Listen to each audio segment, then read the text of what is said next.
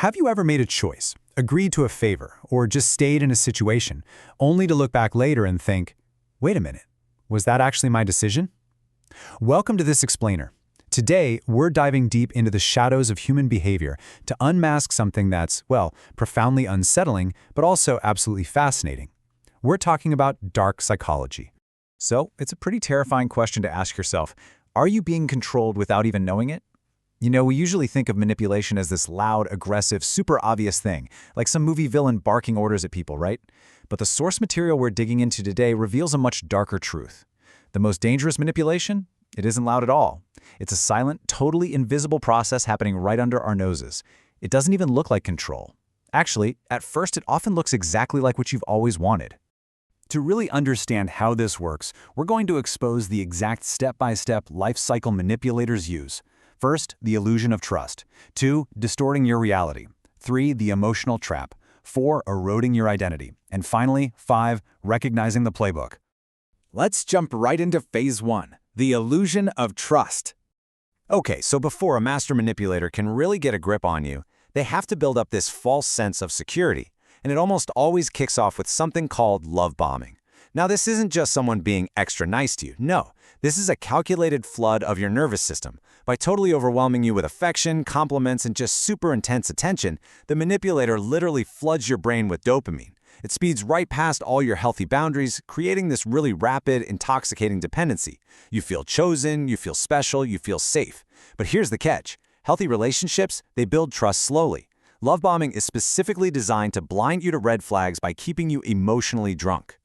Take a look at the stark contrast between a genuine connection and what psychology actually calls mimicry. Authentic connection takes real time to discover shared values, right? Mimicry, on the other hand, is a complete illusion. The manipulator basically studies you and acts as a human echo. They mirror your tone, your posture, your hobbies, even your deepest wounds. Why do they do this? Well, because we have this hardwired biological instinct to trust what feels familiar. So when they reflect you right back to yourself, you think, wow, I found my soulmate. But in reality, they're really just gathering the keys to your psychological front door.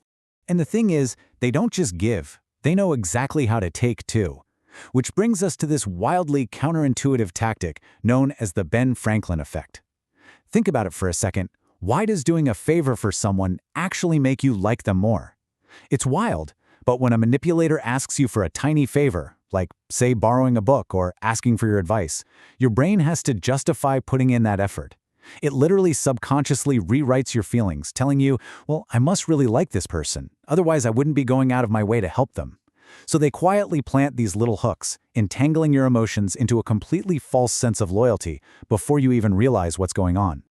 Which brings us to phase 2, distorting your reality.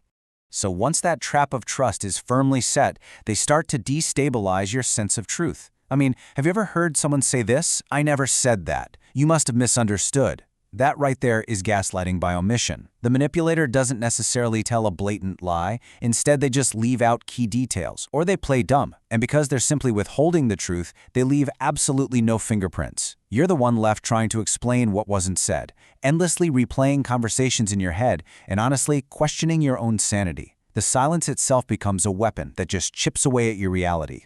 They also weaponize language through something called semantic infiltration. This is basically when a manipulator reframes the entire battlefield just using words. They don't argue the facts with you, they just rename them.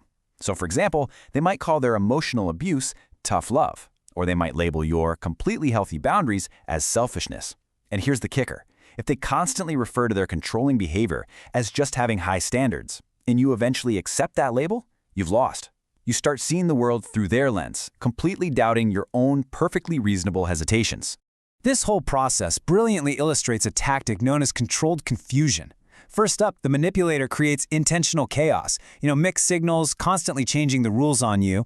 Next, because the human brain desperately craves coherence, you try to fix it by blaming yourself. You start thinking, did I hear that wrong? Am I just overreacting? Finally, the sheer cognitive overload just exhausts you into compliance. You literally give up trying to figure it out, and the manipulator steps in as your only stable source of truth. At that point, they basically own your mind. And that leads directly into phase 3. The emotional trap. Now that the fog of confusion has fully settled in, it hardens into this inescapable emotional trap built on intermittent reinforcement. Honestly, this is probably one of the most addictive psychological tactics out there. The manipulator unpredictably delivers and then withholds their affection. One day, they're super warm and loving, totally reminding you of that initial love bombing phase, and then the very next day, they're completely cold and distant. Your brain reacts to this exactly the same way a gambling addict reacts to a slot machine. You're just desperately pulling the lever, hoping to earn back that hit of affection. You end up excusing the abuse simply because you're absolutely starving for those good moments. This tactic completely conditions you, kind of like an animal in a maze, using a negative reinforcement loop. Step 1. They inflict some sort of emotional discomfort, maybe giving you the silent treatment or throwing out some harsh criticism. Step 2. The sheer anxiety of it all forces you to comply or apologize, even if you literally did nothing wrong. Then, Step 3. Suddenly, the discomfort is magically removed. They smile at you again, and your brain logs this relief as a gift. You actually start thanking the person who hurt you just for not hurting you today. The escape route itself becomes the trap. And if you ever try to pull away, they hit you with this classic line. After everything I've done for you. These are the core mechanics of a guilt trip. They don't even need to shout or physically threaten you. They just weaponize your own empathy and your own morality right against you. They paint themselves as the tragic victim of your healthy boundaries. All of a sudden, simply asking for some space makes you the selfish one. They plant this deep seed of shame, knowing full well that you care enough to try and fix it. Moving on to the most devastating part. Phase 4. Eroding your identity. This phase is the slow, highly deliberate erasure of your core self. And it all starts with boundary erosion. This doesn't happen with some massive explosion. It's much more like a dripping faucet. A tiny request here, an off-color joke there. They're just crossing the line a tiny millimeter at a time. And if you object, they just brush it right off. Over time, that little inner voice of yours that says, "Hey, this isn't right," it just gets quieter and quieter. You actually begin to second-guess your right to even have limits, until your defenses are completely dismantled and you find yourself tolerating things you definitely would have walked away from in the past. You'll also hear phrases like this constantly. You're too sensitive. This right here is a micro-invalidation. It's a subtle dismissal that acts like a tiny paper cut to your self-esteem. When someone you really trust repeatedly tells you that your pain isn't a big deal, or that your reactions are just dramatic, you start to internalize it. You literally train yourself to shrink. You end up doubting your own emotions before you even speak them out loud. And the truly tragic end goal of all of this is identity undermining. The manipulator systematically deconstructs your entire sense of self, your hobbies, your personality, your confidence. They only reflect back your flaws until you reach a point where you no longer trust your own choices. You feel like you have to seek their permission just to exist as yourself.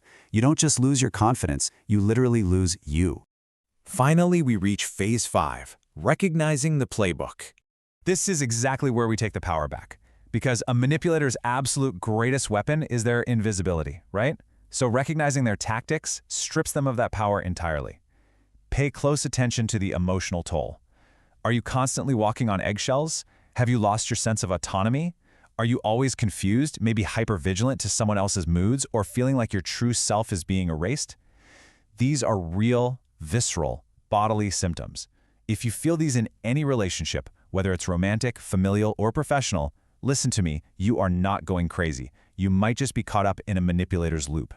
It is absolutely vital to contrast this dark manipulation with real, authentic love or connection. Manipulation is entirely transactional. It's based on fear, on these hidden covert contracts where you constantly owe them something, and on keeping you constantly off balance so they can stay in the driver's seat.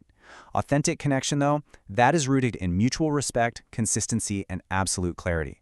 Authentic love does not ever require you to surrender your identity or your grip on reality as the price of admission.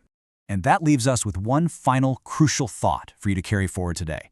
If a manipulator's power relies entirely on your silence, your confusion, and your willingness to doubt yourself, what happens when you finally speak your truth? Well, when you can see the playbook, you can simply refuse to play the game. Trust your instincts, protect your reality, and absolutely never apologize for setting a boundary.